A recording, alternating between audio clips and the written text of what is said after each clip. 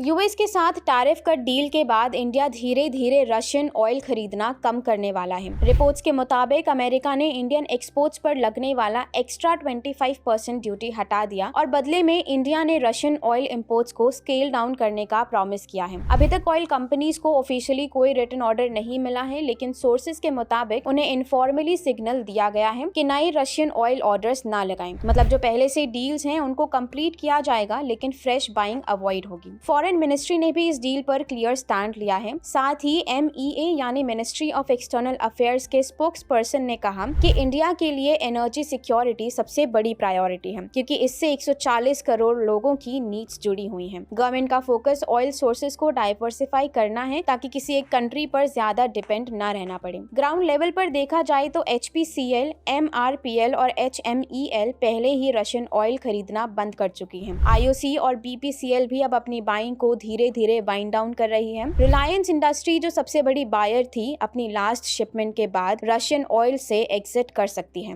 Naira energy एक exception है, क्योंकि कंपनी पर EU और UK सैंक्शंस हैं और उसमें रोसनेफ्ट की बड़ी स्टेक है। इस वजह से उसके ऑप्शंस लिमिटेड हैं। डेटा भी यही दिखाता है कि रशियन ऑयल इंपोर्ट्स ऑलरेडी गिर चुके हैं, क्योंकि मई 2023 में 2.1 मिलियन बैरल्स पर डे से गिरकर यह रेट दिसंबर 2025 में 1.2 मिलियन हो गए और जनवरी में और कम होकर 1.1 मिलियन बैरल्स पर डे देखे गए। एक्सपर्ट्स मानते हैं कि ये फिगर जल्द ही 1 मिलियन से नीचे जा सकता है। एक्सपर्ट्स का ये भी कहना है कि इससे इंडिया के ऑयल बिल पर ज्यादा प्रेशर नहीं पड़ेगा, शायद 2% से कम इम्पैक्ट हो। साथ ही यूएस और वेनेजुएला से ऑयल इंपोर्ट्स बढ़ने के भी चांसेस हैं। वेनेजुएलन क्रूड सस्ता भी है और इंडियन रिफाइनर्स के लिए सूटेबल भी। ओवरऑल इंडिया स्ट्रैटेजी चेंज कर रहा है, बट फोकस वही है, सस्ती, रिलायबल और सिक्योर एनर्जी सप्लाई। ऐसी अपडेट्स पाने के लिए सब्सक्राइब करें पैसा लाइव को और हमें अपनी राय कमेंट सेक्शन में जरूर बताएं।